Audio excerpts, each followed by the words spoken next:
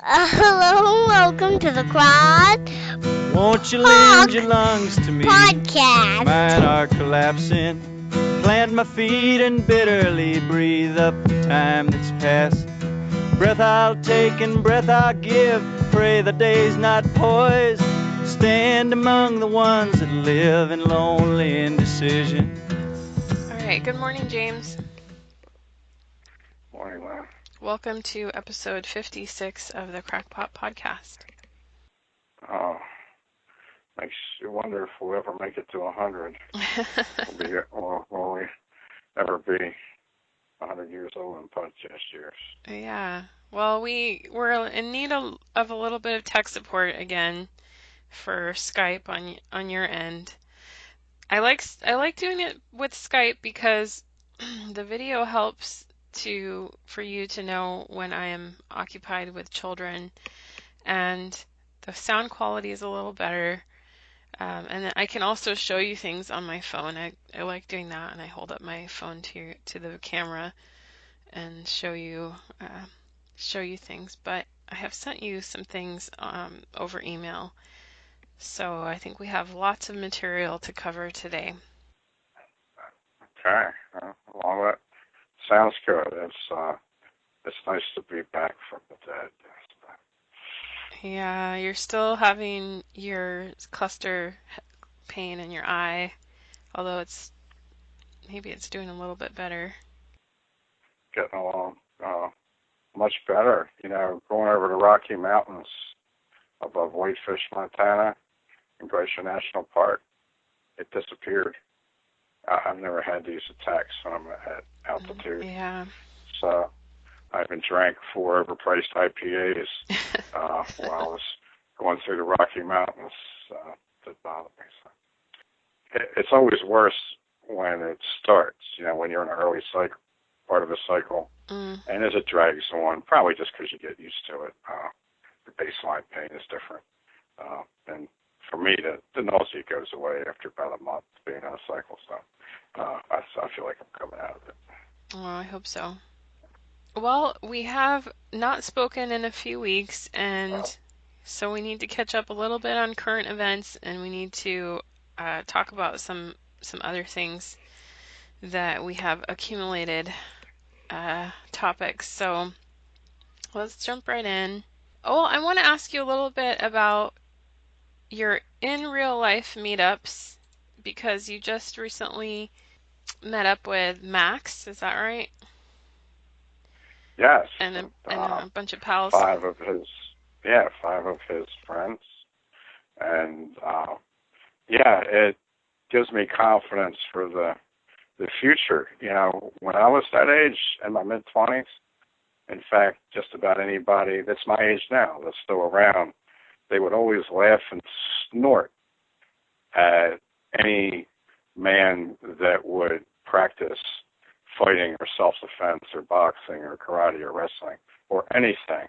It was just always, well, you're a white man, you use a gun. White men use guns. We're the master race. We keep the savages down with our guns. All we need is our guns. That's what I always heard. I mean, not that long ago, a man my age came to pick up his children from Megan, who I was hanging out with, and she was babysitting the 2 kids who were older children, in the late single digits. And they had been sword fighting with these, magical princess swords and stuff. They ended up asking me to do it, and it devolved into a lesson when they found out they couldn't touch me, even though I was old and decrepit and could only walk. It was when I had a bad hip injury. So I'm training these young tykes on how to skewer and cleave their enemy, and Dad shows up. I knew better than to ask anything to him because this is a curmudgeon-y redneck, about 100 pounds heavier than me, and I'm out of shape, with a big Ram 1500 pickup truck. So he's a gun worshiper. And Megan says, James coaches at the place nearby. He'd probably be glad to work with, name the 2 children. And then he actually shows me his gun. Okay? Yeah. He pulls his shirt aside.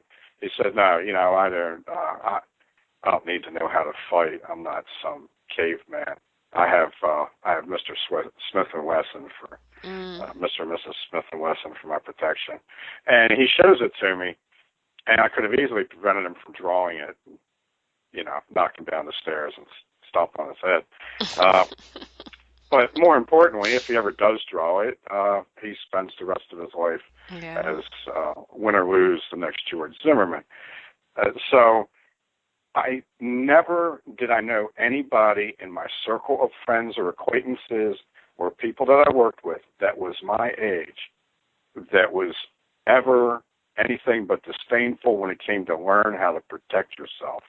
Everybody always said, well, either I'll use my gun or the police will protect me. And if I use my gun, the police will protect me for using my gun, blah, blah, blah. All right. That was even more pronounced when these guys were all like in early to mid-20s. When I was that age, it was even more pronounced. You were some kind of psychopathic nerd if you wanted to learn how to fight. I even had when I was 11 years old, my parents took me to a doctor when they found out I wanted to box, so he could explain to me how, white men can't box. It's like physiologically impossible for a white man to box. Yeah, I read about Jack Dempsey, and I was a little bit suspicious. What he was doing was pronouncing the death of my race, saying that my race is dead and nobody of my race will ever be able to fight again. And that was my parents' generation, my generation. That was the attitude. And now I run into 6 young guys that are close enough to drive to where I happen to be that are all interested in, giving up their slavery to the system and actually being able to protect themselves instead of whining on their little rose hip about, how the state should protect them. So I was thrilled. That's very good. I don't have anything against guns, but you have to be practical and realize that whatever you do takes practice, and that's something that you talk about for self-defense of the type that you instruct.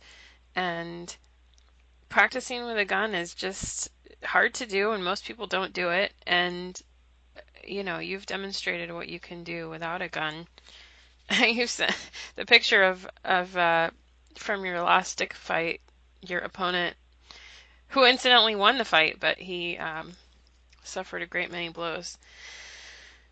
I wouldn't want to be. I cracked two of his ribs, and after I saw the picture of that beautiful male body that I carved up, and I realized that his wife wanted to meet me and that she had a concealed carry permit, I was afraid she was going to bop me. Or making her man look like a lopsided pink tiger, So, I don't have anything against guns. What I disdain is this attitude that seems to come from watching 1950s westerns. Yeah.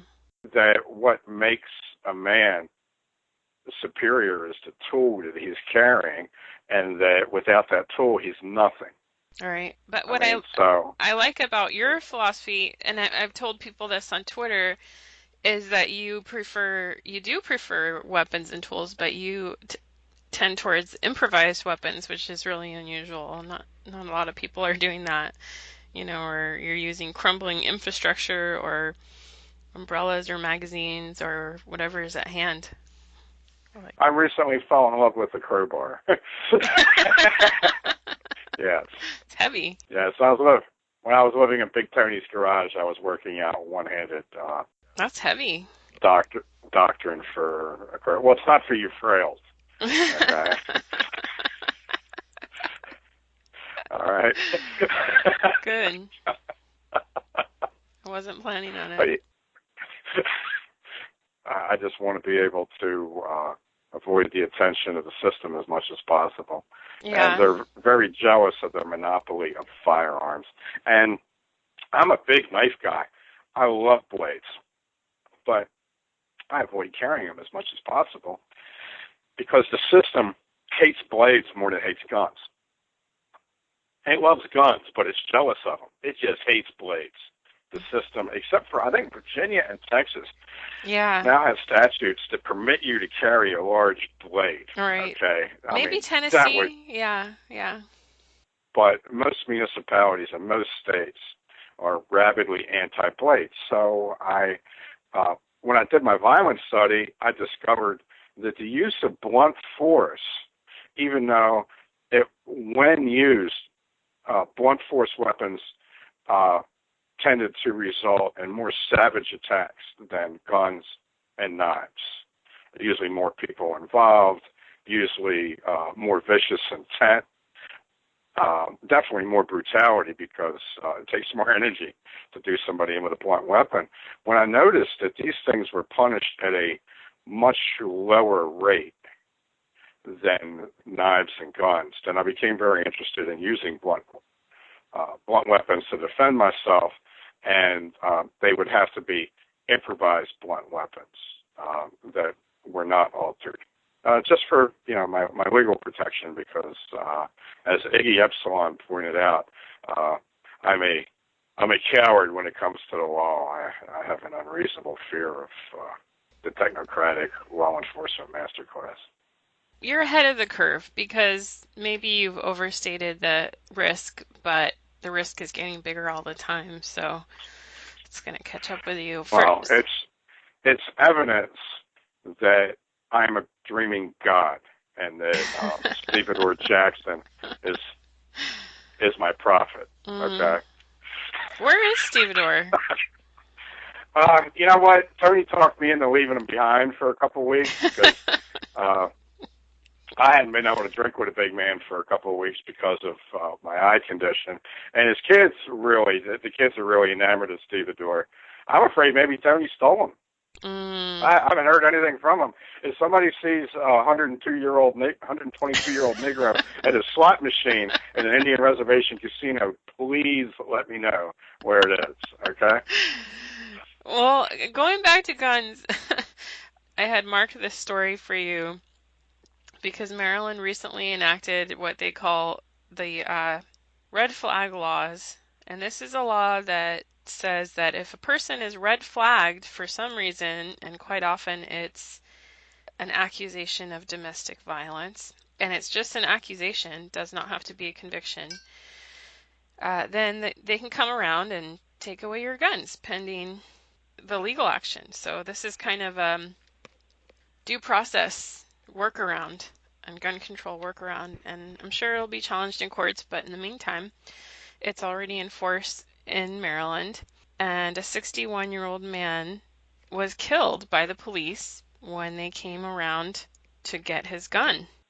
Hopefully he's holding hands with Charlton Heston right now.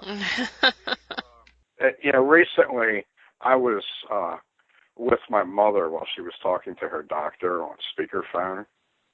The person answering the phone, the HMO functionary, is asking her if she feels safe in her home, if she's recently suffered from any domestic violence, and she keeps looking at me and grinning like she could have me hanged at any moment by the mob. Are there any weapons in your home? And finally, this dude, who's sounds like a 25-year-old oppressed individual, says, "Have you given birth recently?" Okay. Sorry. And she just starts laughing out loud. Yeah. They have to ask these questions every time. Yeah, it's really irritating. And it was 3 different people running her through this maze of answering services to get to leave a message to one doctor that all asked her all these same ridiculous questions.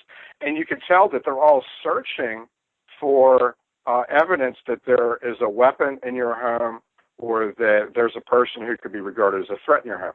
So people, particularly frails, are constantly being presented with a way to get rid of whatever man in their life they've grown wearisome of.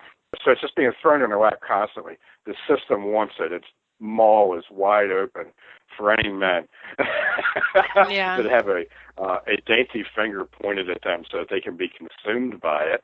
And my experience lately is now when I was a boy youth in the 1970s, I knew a handful of women who got beat up, okay? And they refused to go to the police about it, and they lied about it. They wouldn't tell any man about it that they thought might avenge them. And this was very common. And but it still wasn't most people. It was a minority of these suburban Caucasian chicks were getting beat up, and they decided to be a martyr because they didn't want their brother, husband, boyfriend, dad going to prison to avenge them. All right?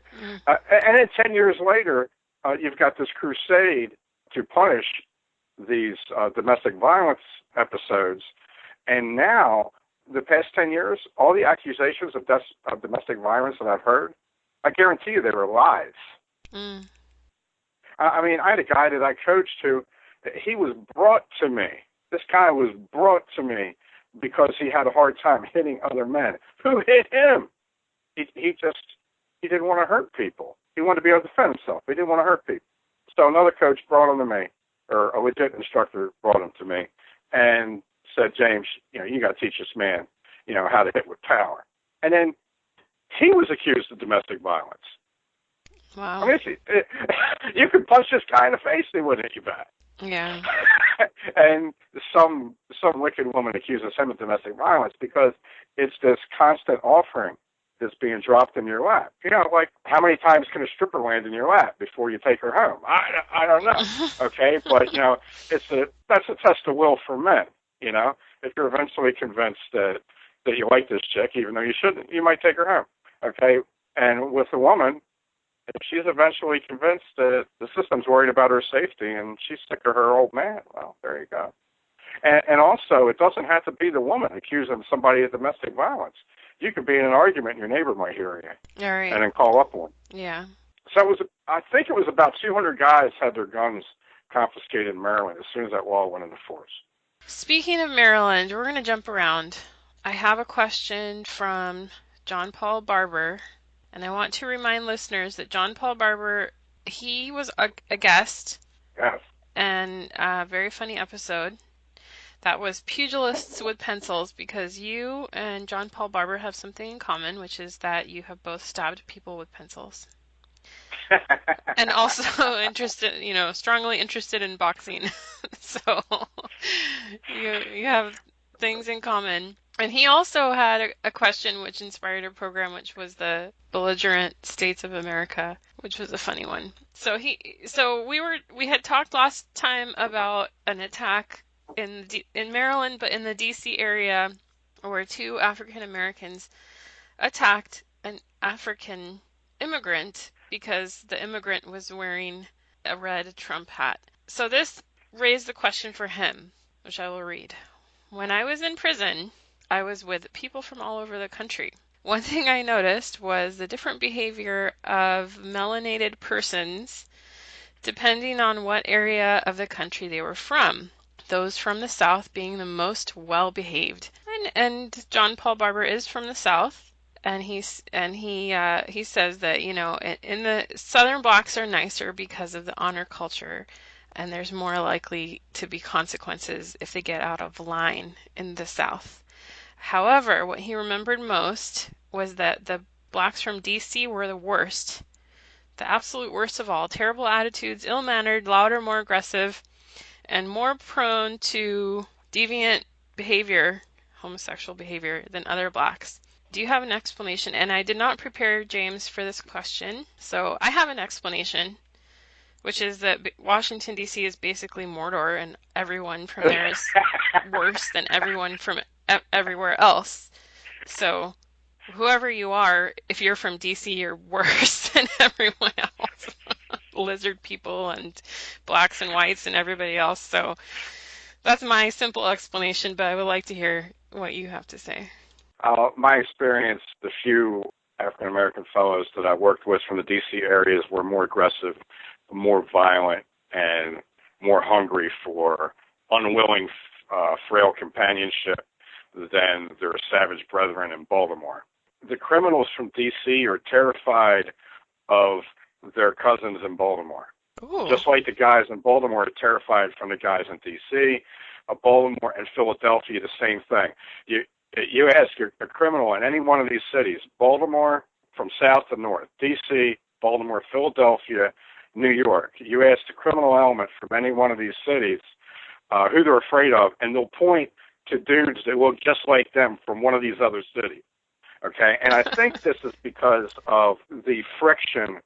For instance, when police get involved and the drug trade, and they start running drugs and guns from city to city, they get some corrupt member of a federal task force to supervise them, and they act as a mediator.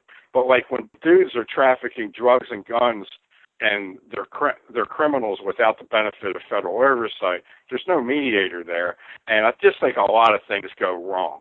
They just don't. You know, and also guys that come in from another city and homestead, like a lot of these guys in the 90s that got booted out of New York, they come down to other cities and they got to make a name for themselves. So they'll come in and be more ruthless than necessary just to build their reputation.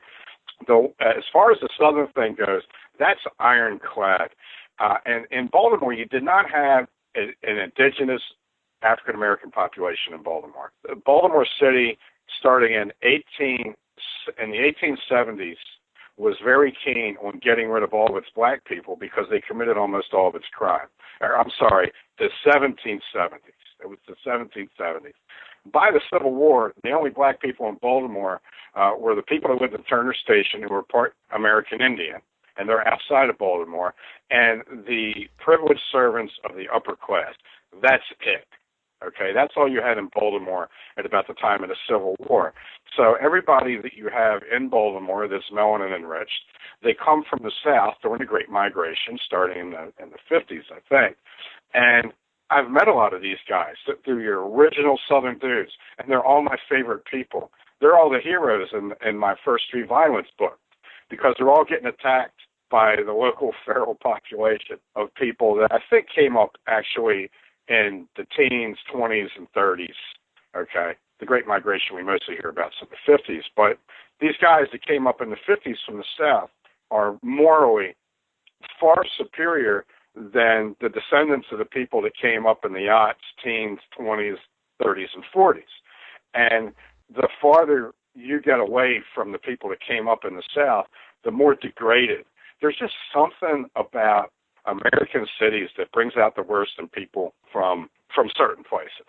Okay, that I'm just convinced of that. There's just something toxic about these cities that just brings out the worst because you can see it. You know, these guys that came up in the 50s are great guys. Their sons are as shitty as northeastern white dudes. Their grandsons are even shittier than northeastern white dudes, and then their great grandsons are like these almost inhuman animals that just hunt everybody, or they're cross-dressing sissies. So there's just something about this mode of living that I guess is really corrosive to people that really came from a rural agricultural background. Also, H.L. Mencken wrote that the black folk that had recently moved into Baltimore, and I think this is in the teens and the 20s, were much better behaved than the indigenous Caucasian people. Oh. So again, it points to something really toxic about living in these urban areas. Yeah, I believe that. And especially DC has to be the worst because it is the worst. It's the most evil place on earth. I'm going to go to an international story about Sweden. I think about it a year ago or more, there was a story out of Sweden that that the Swedish government does not have the resources to process ancient artifacts unearthed in Sweden, Norse artifacts, and they started to just scrap and recycle these ancient finds, like could be jewelry or could be Iron Age tools. And then yesterday or the day before, a member of the government in Sweden proposed that they would ban the ancient runes of the language because they might be associated with Nazis. And we complain a lot about American culture and the erasure of our people, but Sweden is really advanced in this, where they're actively destroying their own Swedish culture. That's going to happen, I believe, in every Western country. We're in a different part of the process. 50 years from now, there's not going to be any historical monuments. I don't know how they're going to take care of Mount Rushmore. I don't know what they're going to do with that. Okay, but yeah, I mean, all that's got to go. In the end, what the people in charge want is something that looks like the Matrix, with us all sitting in our little buckets of soup. Yeah. So that's not surprising at all. No, it's not, but it still makes me sad. I have a story from Baltimore. A tweet came out yesterday that there had been a shooting or a homicide every day for the last 9 days. That was from the Good Baltimore boys. Sun. That's Yeah. great. And speaking of which, we had something like a dozen killings in a couple of day period right before I came back east. But the heroic levels of violence in Baltimore is just something that I was talking about with Big Ron. We had a couple of beers at the bar the other night. It's going to be 5 years in a row. This is going to be the most deadly city in America, the most deadly large city in America per capita. Yeah. And I don't know where they're getting all the bodies at to shoot from. I mean, this is really, maybe it's because their kill rate is so high and there's not so many people getting wounded. They only kill wound two for every one that they kill. Where in Chicago, they wound like 72 for every one that they kill. So maybe there's just not a whole lot of people getting discouraged or put in wheelchairs, from getting shot, so they're able to roll back out and get into it. I don't know. The deputy Baltimore police commissioner, who was supposed to be hired to be the chief integrity officer, something like that, has been removed from consideration. They announced that this person was being hired, Michelle Wilson, and that was 2 days ago, and now she is no longer being hired to ensure the integrity of the Baltimore Police Department. Sorry about that. I have more Baltimore stories. Let me see here. Oh, the IT thing, the ransomware thing. Baltimore just can't keep its computers on. Baltimore city government cannot have email and anything like that. They can't do house closures either. They can't. All these people trying to escape Baltimore can't get their house closure deals done. I did this Twitter poll yesterday for what was going on when the ransomware hit. Was Tyrone, the head of IT, Baltimore city government, playing Call of Duty? Was he playing Assassin's Creed? Or was he smoking a blunt? What was the result of the poll? 93% of people agree he was smoking a blunt. Probably purchased in front of the main precinct on Baltimore Street. That's right. Safest place to score. Then only 7% believe he was playing Assassin's Creed. Nobody chose Call of Duty. No, 0% for Call of Duty.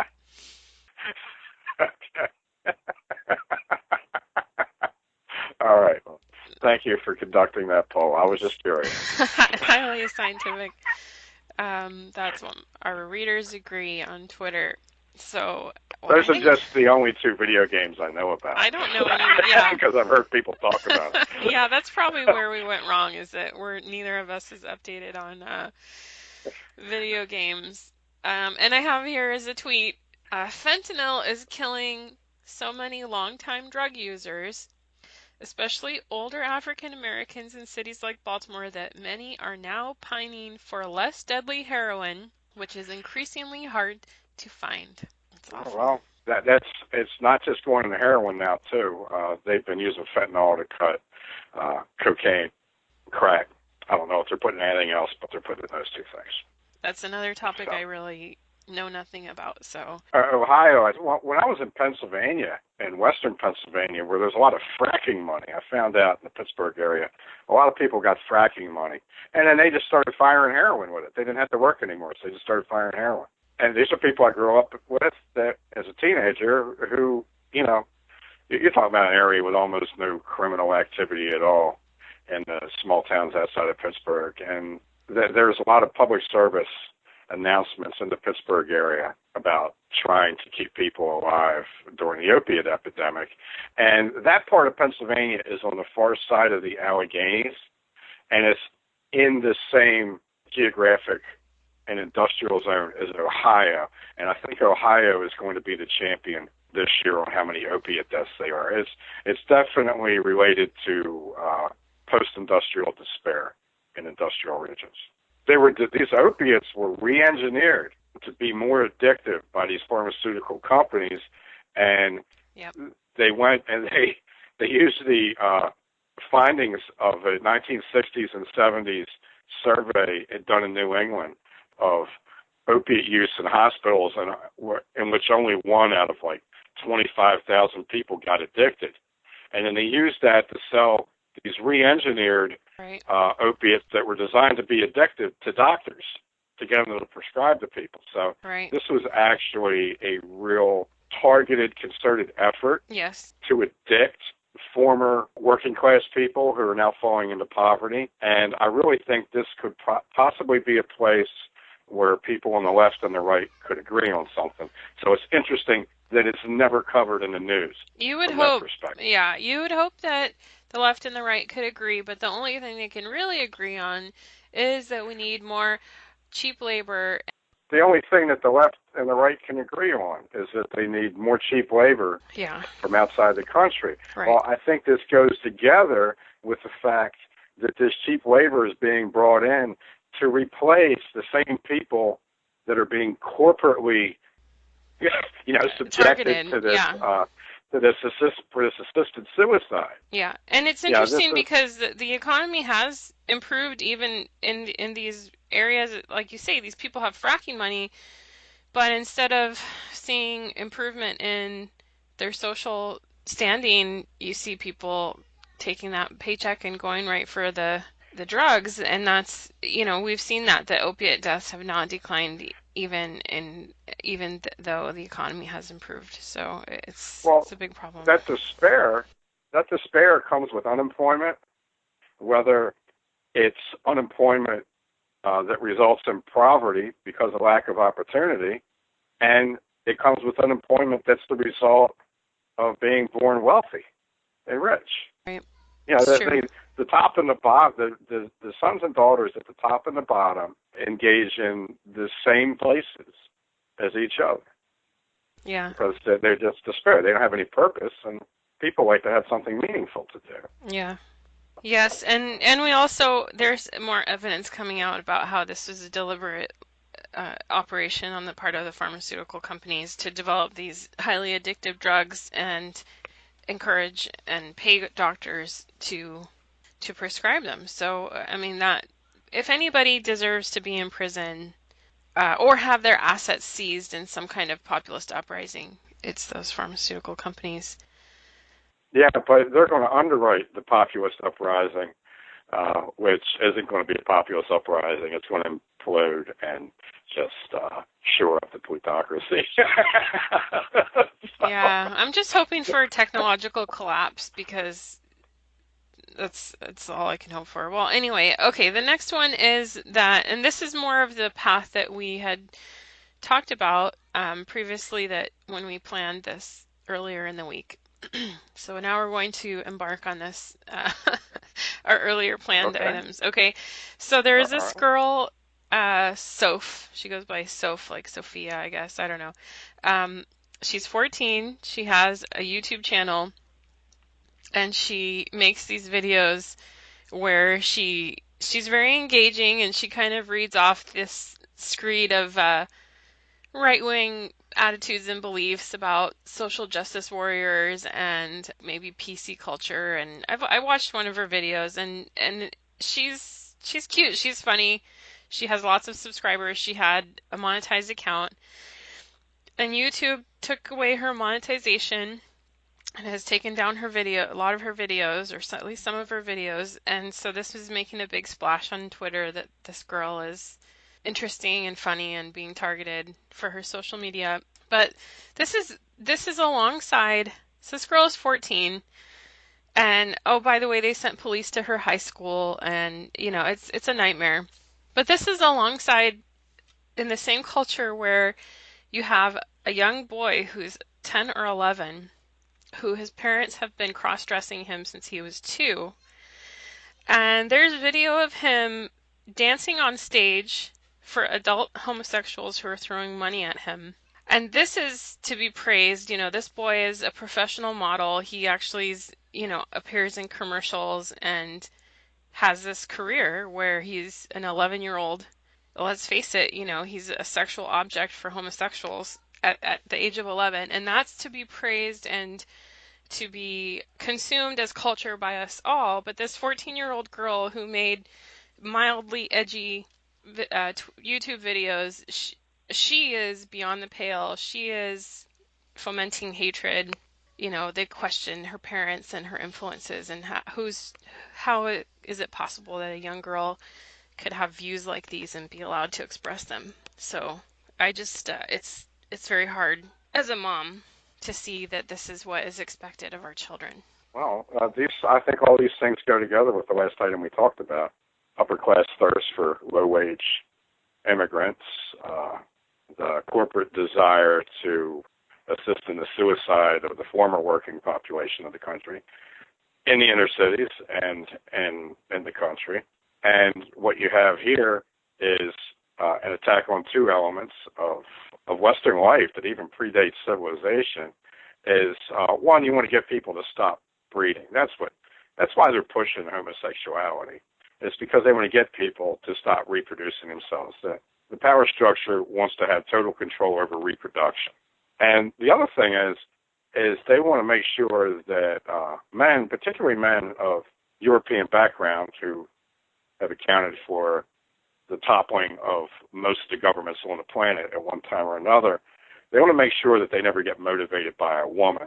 The one subject of the book that I've been working on for 4 years, The Dread Grace, is really about how European culture became so weaponized and was able to conquer the world. Others were not able to. And when you can compare it to cultures from different regions of the world, like the Zulus in Africa, the Crow and the Iroquois in North America, the Mongols in Northeast Asia, you find that the standout warrior cultures always have a high level of feminine influence in leadership and of their leadership, and in terms of having high expectations for men to take action on their behalf, not to go out there like, Barbarella or Wonder Woman. For instance, there's a story of this Sioux. The one time that the Crows really wiped out the Sioux Indians, which was a much larger tribe, was when a Sioux woman demanded that the men of the Sioux go fight the Crows. And the Crows were the toughest guys, pound for pound, man for man, in that part of the country, and they were famous. The Sioux used to make fun of them for allowing their women at council meetings. They would laugh at them. The Sioux got their comeuppance when they had a woman shame them into going to get revenge for her son, and then they got their asses handed to them by the Crow. So all around the world, in every area, the warrior peoples who succeed the most have a lot of positive female influence, not negative detraction, but a positive female thinker who has a voice. So this girl that you're talking about, you're describing the most dangerous thing for a pure superhuman system to have to deal with, which would be a woman that would appeal to men to take some kind of positive action in terms of, strengthening their community. So I think this all goes together with the opiate crisis and immigration. Yeah. Did you know that the CEOs of most of the major military-industrial complex are women? Hey, that wouldn't surprise me. That's eventually who's going to end up running all this thing, running the whole thing. I mean, I wrote a whole series of novels about this, about the future. But in the future, you're going to have one or two guys behind the scenes pulling the strings of all the female CEOs, okay, that are going to be running everything. And their enforcers are going to be stone cold killers that are going to be homosexual men. Okay, that's what is going to be the power structure in the future, because it's the most efficient system that we're headed for. Amongst the cluster of things that you can see the society headed for, that's the most efficient one. So we're pushing hard for it. Read James Tiptree Jr.'s Houston, Do You Read? Her real name was Alice B. Sheldon. That story is of the collection Her Smoke Rose Up Forever. She used to analyze photos for the CIA set, I think. She had a heart attack. And somehow that resulted in her killing her husband for some reason. I don't know. But she was an excellent science fiction writer, and she really predicted the weight of feminization that was going to come along with technological improvements in the social mechanism that was going to result in a population that would be largely denatured, like an Andy for some like kind of androgynous person that would work as a drone worker, and then women to make collective decisions in small groups, and men either had to be eradicated, used as enforcers, just as like military grunts, or kept as like some kind of like circus animal for entertainment. I predict that the inability of women working under high pressure to remain sane without a male lover that has significant sexual prowess, that's going to call for a kind of subrace or class of male bodyguards for female corporate leaders that'll be a combination of lover, bodyguard, goon, squad, enforcer, and these guys will be kept in check by the predatory homosexual military. Man. Well, I mean, I can kind of see your biases in there. Read Organic. I've read it. Organic, actually. Yeah. Okay, actually paints that picture there. But yeah, look, when you put women in high power positions, there's a TV series called The Bodyguard that's made.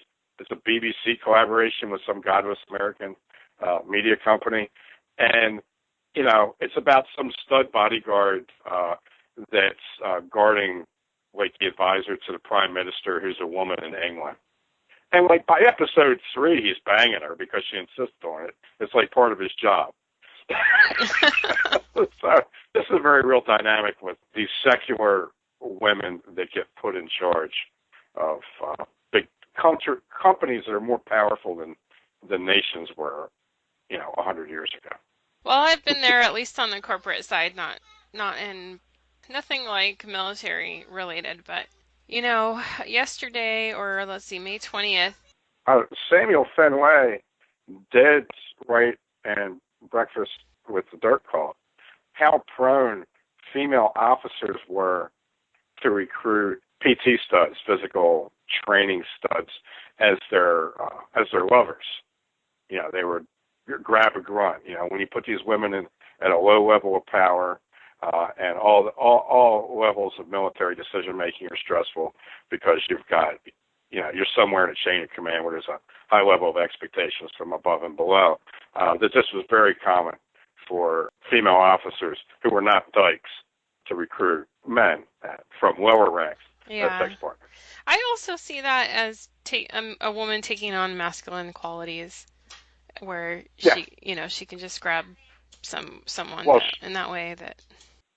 Yeah, she's fulfilling a masculine role, so there's going to be pressures there for her to behave as an anatomically incorrect man. All right. Yeah. So yeah, that's going to happen. So yeah, in an interview on May 20th, President Trump gave an interview and said that he mentioned the military-industrial complex and says that they don't want to remove troops. He asserts that they have taken troop levels in Afghanistan way down, in Syria way down, but that Washington, D.C. went nuts when he said that he wanted to bring people home. It's really the perfect cash cow. I mean, I know there's people who think that America is sort of a watchdog on behalf of some other powers, and I think there's an element of that. But there's also just a simple economic element where if you're in the military or in a military adjacent industry, as these guys just swap places back and forth, they don't want this cash cow to stop. Well, if he doesn't send troops to menace Iran, and he doesn't send troops into Venezuela, the deep state people are going to have to shoot up another country music concert.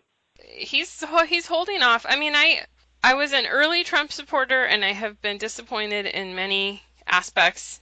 But if you try to just see this as what's going on, where the president, as long as he wants mostly what the apparatus wants, then everything goes smoothly. But we've seen it clearly where how his aims have been stymied many times. So I don't want to just defend him because that's lame, but it's important to see that there's much more going on than just the president. Oh, I think he was hugely valuable in demonstrating to anybody with a brain, on the right or the left, I don't know how many of those there are, that the president is just, he's a hood ornament on the Cadillac of state. Yeah.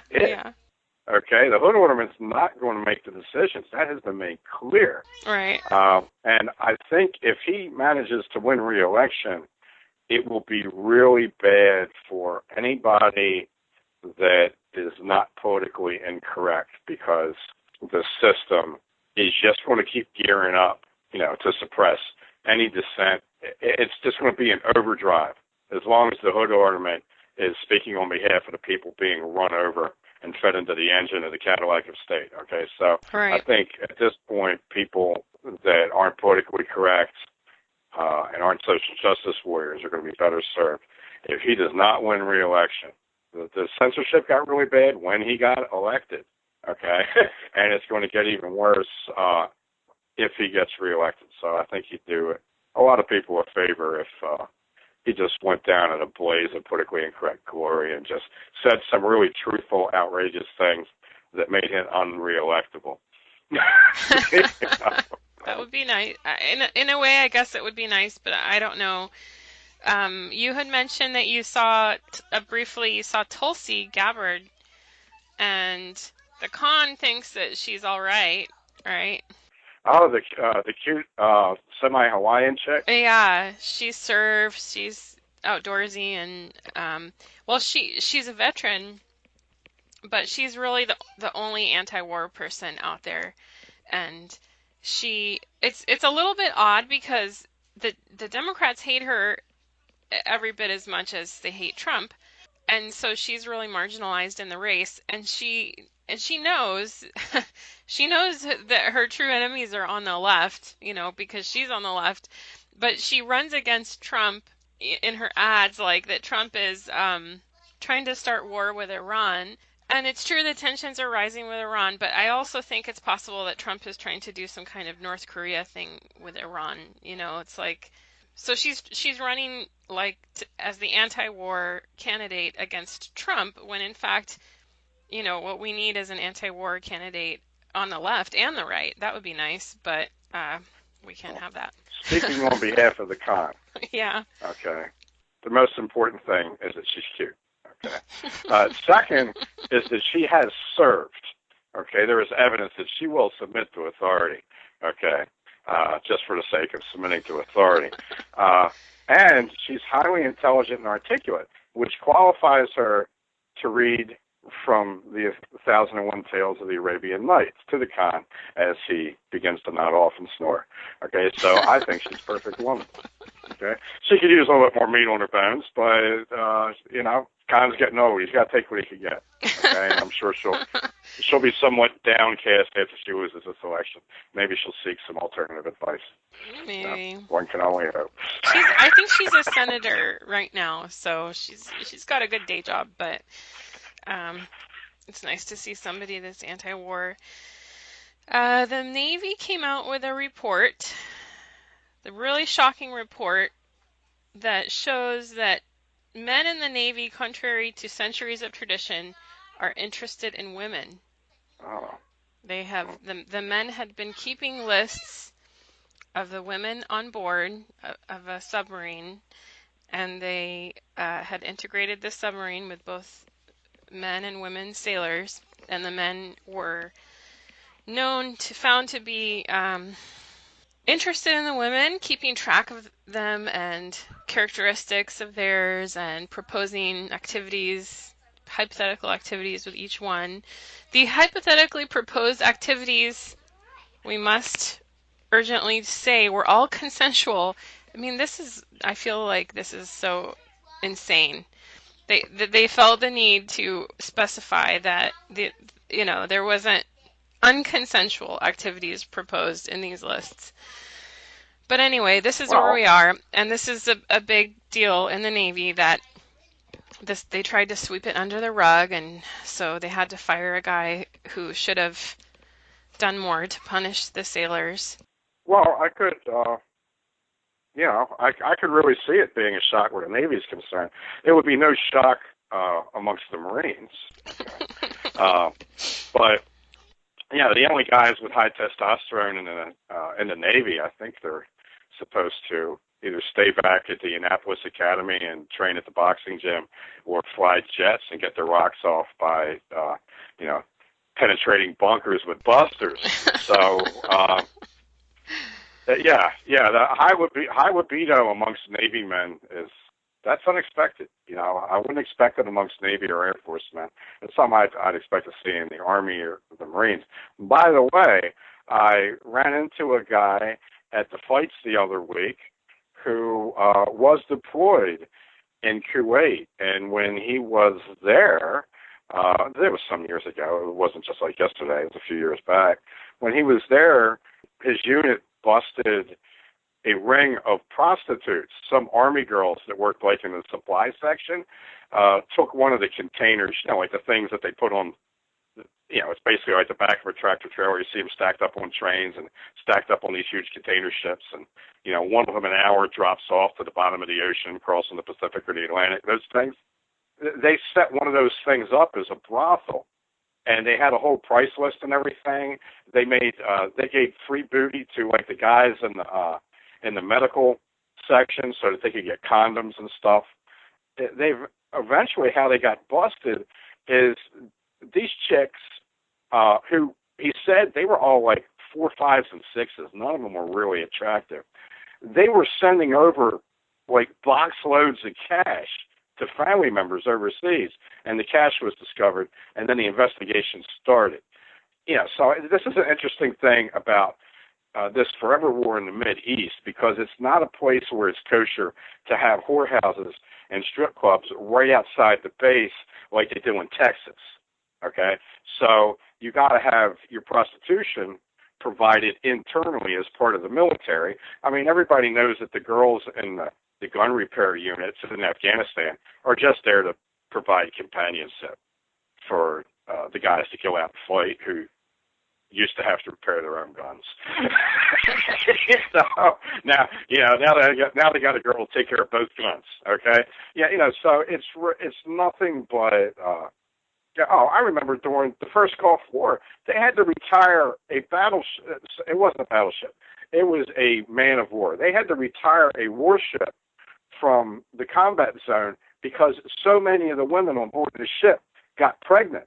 Yeah. Because once they started sailing towards the Gulf and they knew they were going to be in harm's way, they all stopped going off the pill. And of course, they're constantly having sex with the numerous available men. And so, boom! All of a sudden, 250 of these bros are pregnant. So this is nothing but.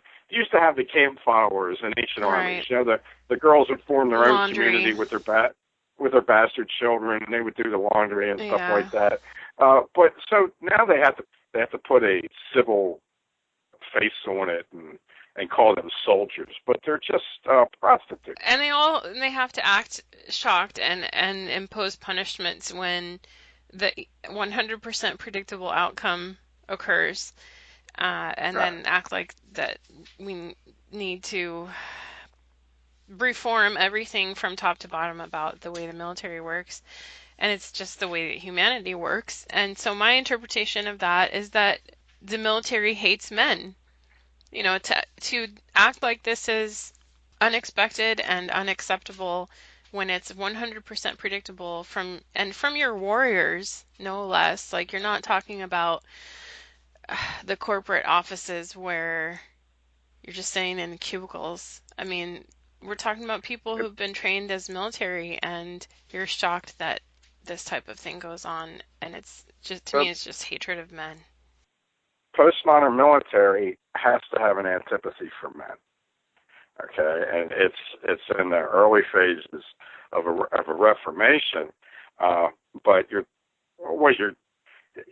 hardly have any warriors in the military. Okay, there's very few of them. You've got, there's maybe 1,000 of them, maybe a couple of thousand of them that do almost all the killing with small arms. Even in World War I, as early as World War I, 98% of killing was done by distant crew-served weapons. Okay, that's more and more becoming automated. You're not even seeing who you're killing. As you have more and more drone warfare, the machine warfare is amped up even more. All you need in the future is a few hundred of real killers that you use for special missions that are going to require small arms. What you really need in a military is obedient hostages. So you can put them on the ground somewhere, they can draw fire, they can call in for help, and then you can just kill them with your vast arsenal of indirect weapons and drones and fighter pilots. It's not that many men that are piloting these aircraft either.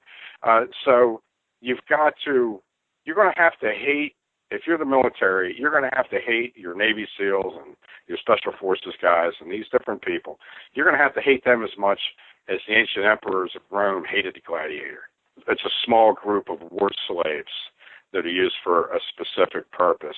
And one of the purposes is going to be to put a human face on war. The two human faces of war you're going to see in the future is the crying dyke in her encampment who's being attacked by all of these tribal men in some country, so that we, the people, will feel better about sending in drone strikes on the nursery schools and ambulances and weddings and so forth to get the terrorists and the families of the terrorists that have attacked our captive dyke in her barbed wire encampment overseas somewhere.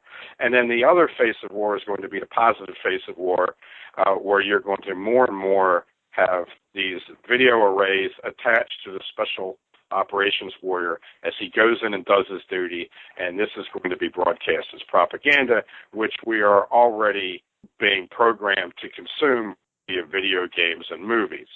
Okay, so these will be the two human faces of war in the future.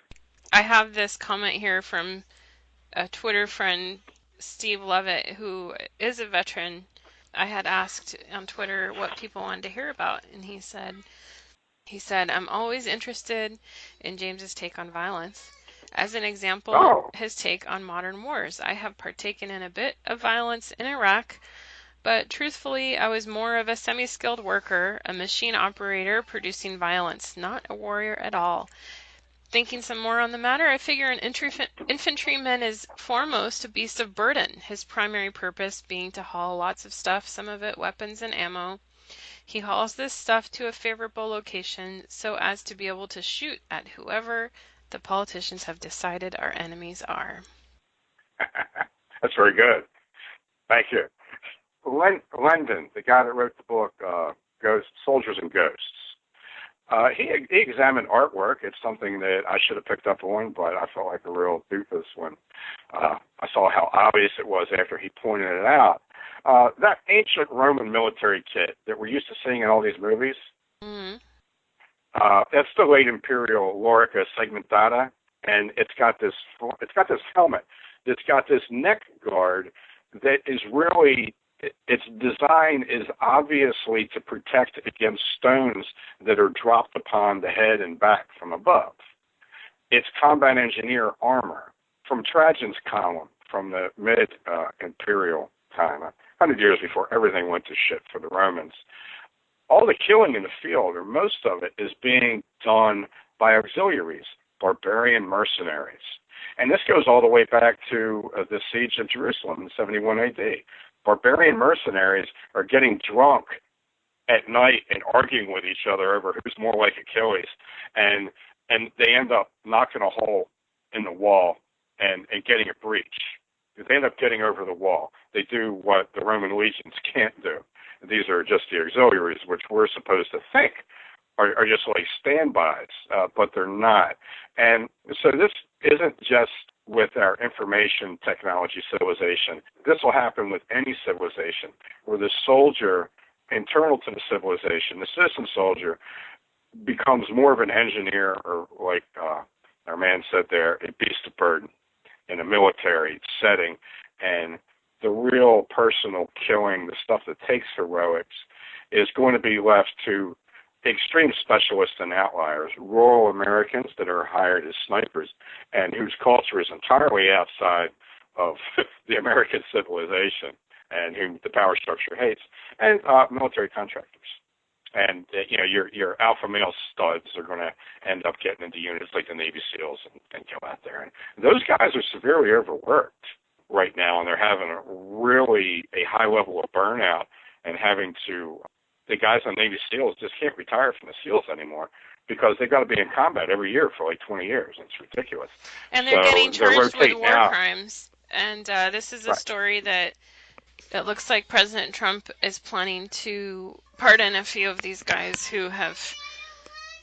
One guy had like 8 deployments to Iraq and Afghanistan, and then, something comes up where they charge him with a war crime, and even the concept of war crimes is absurd. I remember you talked about Breakfast with the Dirt Club with Sam Finley. He wrote about how when he was in Afghanistan, they had like the interpreter that would hang out with them, and they would run these checkpoints, and the checkpoint was falling apart because the American soldiers were not allowed to do anything aggressive towards the people, and the interpreter started throwing rocks at the people to get them to behave at the checkpoint, at the lines for the checkpoint. So they had to rely on the interpreter for their rules of engagement to do this, checkpoint that they needed to do. It was just absurd. So they have these battle space managers now, okay, which are external to the actual combat unit. It's been known since 1947. Actually, before 1947. It's been known since 1945 that 400 days is the most you can expect from a unit of men to be deployed in combat situations. And the most decorated unit in the British military ended up being disbanded before the end of World War II in Europe, because the men they just killed too much. They just had enough. And combat effectiveness goes down generally after 80 days, and then between 200 and 400 days in. These guys that have been in war for that long it's questionable whether you even want them in your formation because of different psychological issues, of which the military has done absolutely nothing to address. This has been known long before all this was started. I believe that the military has got an unspoken policy now of psychologically discarding its best operators so that they will be available as private contractors who will continue in their mentally or emotionally, psychologically compromised state to serve as contractors. So in the future, our Bonnies and Clydes might even come from these types of military operators who, once they've been used, will be discarded in some way. Absolutely true. I mean, we've already seen how, and this is a topic that we need to cover in depth as well. And the question is how governments treat veterans and throughout history. But I want to be careful because I have a lot of respect for veterans and many friends who are veterans. Actually, considering that I'm here in a very liberal area, I actually know more veterans than I would expect. But certainly, undoubtedly, some number of people return from war and it's very difficult to reintegrate, and bad things can happen. We know that they're prone to suicide and drug addiction. Something happened in the Bay Area here not very long ago where an Iraq War veteran mowed a bunch of people down in an intersection. It's just so unsettling to know that our leaders are perfectly willing to keep this meat factory going where you have this constant war, never ever want to end this war, and you're creating these people who have no support structure when they return and can sow a lot of discord and violence and problems when they do return. Well, but that serves the system too. Yeah, I exactly. Okay. Yeah, So yeah.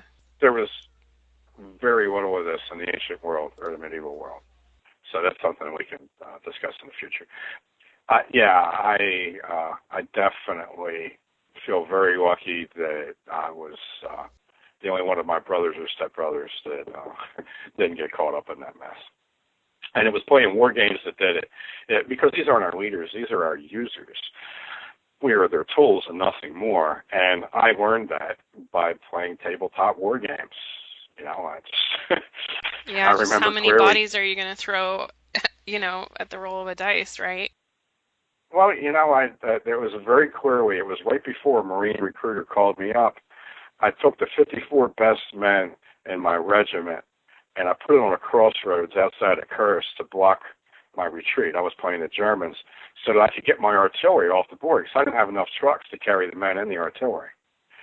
So I left the best 54 men in this whole regiment would die there on that crossroads to save hardware, to save the 120 millimeter guns.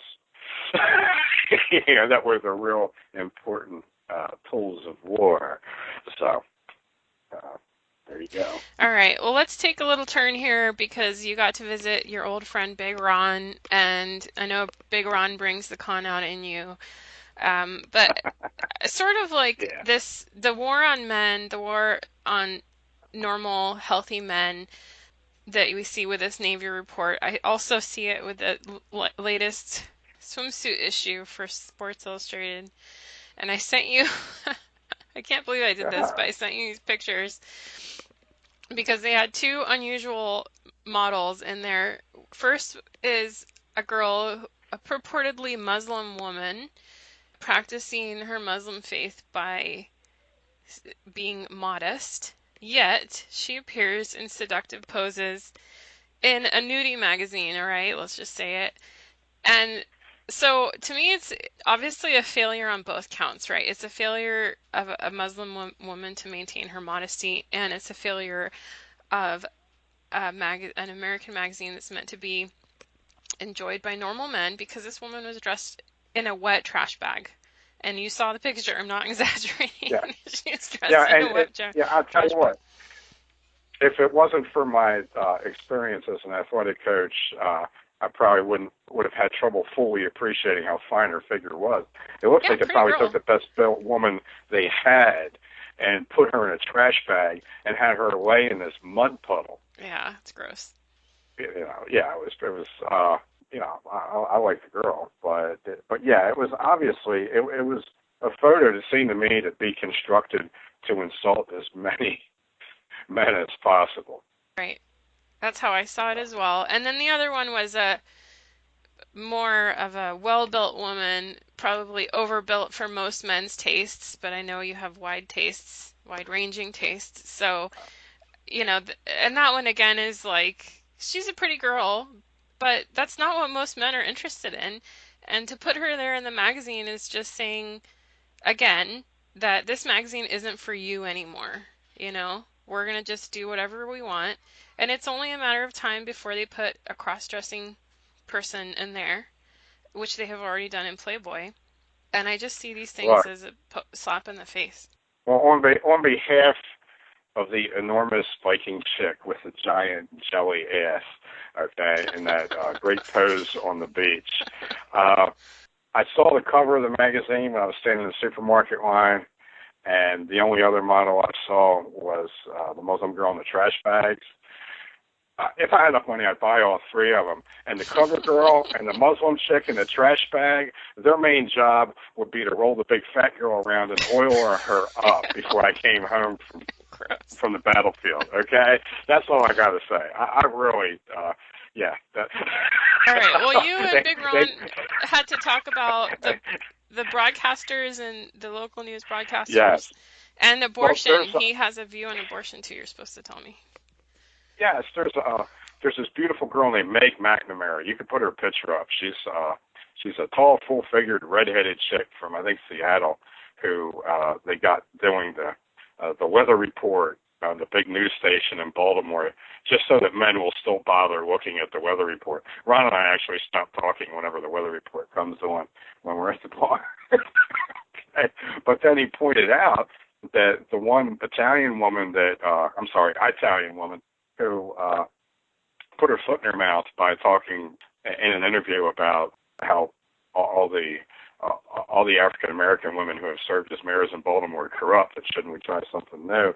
She's been replaced by a very well-built, dark-skinned black girl who they have paired up with a white dude, which both Ron and I, being miscegenating individuals, find that metaphorically appealing.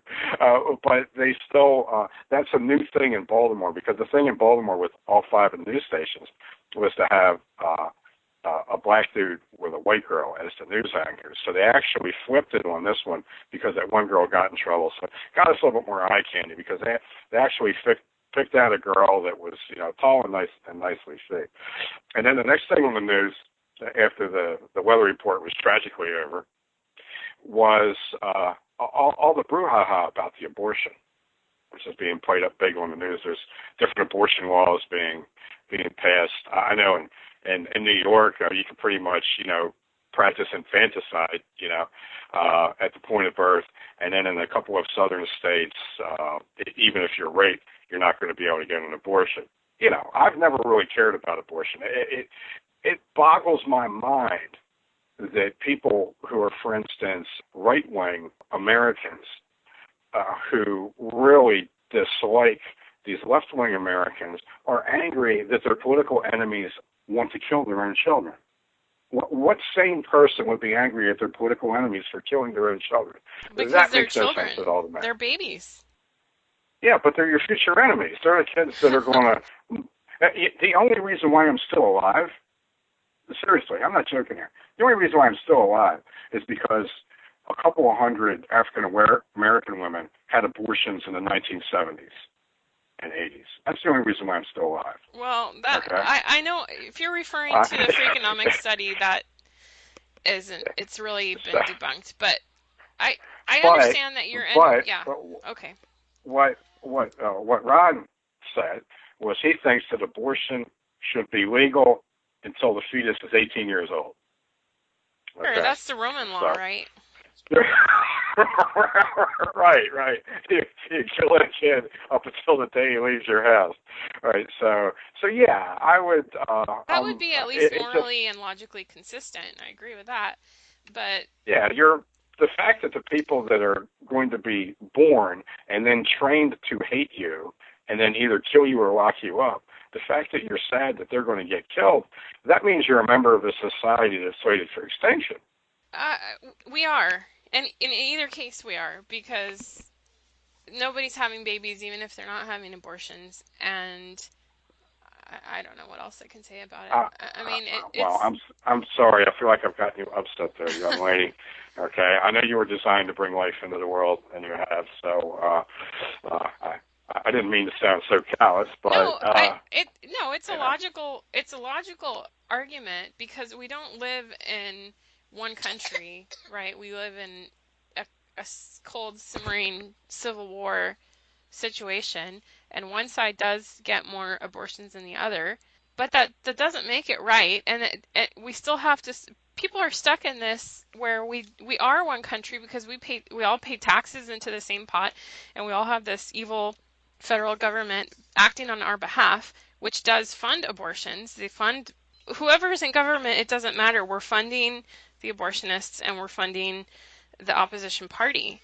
So we're at war with ourselves, and we're losing no matter what. I mean, that's what it feels like. But well, I think that I don't agree with pro-life or pro-choice. I'm pro-abortion, especially in this country when the chances of having a decent human being coming out of this union is so low. Now, I would be against mandatory abortion, okay, which is... I guess you're an accelerationist. You're an accelerationist because you have predicted this future where human reproduction is managed by corporate interests, and so abortion, accelerates that, right? That because and this whole abortion question is being kept alive, and now it's being fed like a fire to help bring that into being. It's a political cudgel on both sides, because you keep everybody fired up. over this thing, which neither side really intends to do very much about. But it's Yeah, so, and also, by the way, people yeah. have predicted that it could be the abortion issue, which maybe brings to a head some kind of national breakup, because it is a question. It's a Civil War type of question, and Oh yeah. I don't look forward to that. I'm not an accelerationist. I don't think my family would survive that. So that's why I can't be an accelerationist. I kind of wonder which side of the Mississippi I'm going to be stuck on whenever this country breaks up and the rail line shut down. I don't know. We'll see. Yeah. I'll be so, I'll probably be so broken down by the time it happens. I won't be fit to limp on and off a train anyhow. Yeah, it might not happen. It could go on for quite a long time without any kind of pointed break like that. But then again, could happen when no one's expecting. Yeah. What else do you have there? Do you got another item? Oh, I wish I had something on a lighter note too. Oh, but something heavier would be fine. I think we covered most of the things. We have more to talk about. We've somehow accumulated more things. Yeah, could you give me the name of the big fat girl that's in the Hunter the blonde, Hunter McGrady. Yeah, Hunter McGrady? Yeah, she has an Instagram. Can load up on pictures. All right, thank you very much for that. You're a true doting sister. Yeah, I know just what you like. I'll put some pictures of the pretty fat girl. If you are not really making it as a model and you don't like all the dieting, and you happen to be lucky enough to put on weight in a roughly hourglass manner, and your face doesn't blow up, then there's probably more demand for pretty fat girls than there are for pretty skinny girls. So I think that it's a conscious choice probably on this girl's part and on a few others. I've always liked pretty fat girls. I like to have the petite and athletic auxiliary girl too. But I think as a mainstay, pretty fat girl is a pretty good deal. Okay. All right, you and all the other LaFondians. If we get plunged immediately into the dark age, at least she's not going to die in childbirth, right? Well, she might. No, she probably. It's not healthy to be that much overweight for childbirth, but she'll respond well to famine conditions, whereas your skinny girlfriend will just wilt and die. Right. And yeah. Right. Okay. Episode 55 of the Crackpot Podcast. I don't know what we're doing here, but thank you for joining us. Thanks for finishing on a positive note. Yeah, sure. Pretty fat girl. Yeah. That'll be the title. If you find a place, please let me know. Take me with you when you go. Take me with you when you go. Take me with you when you go.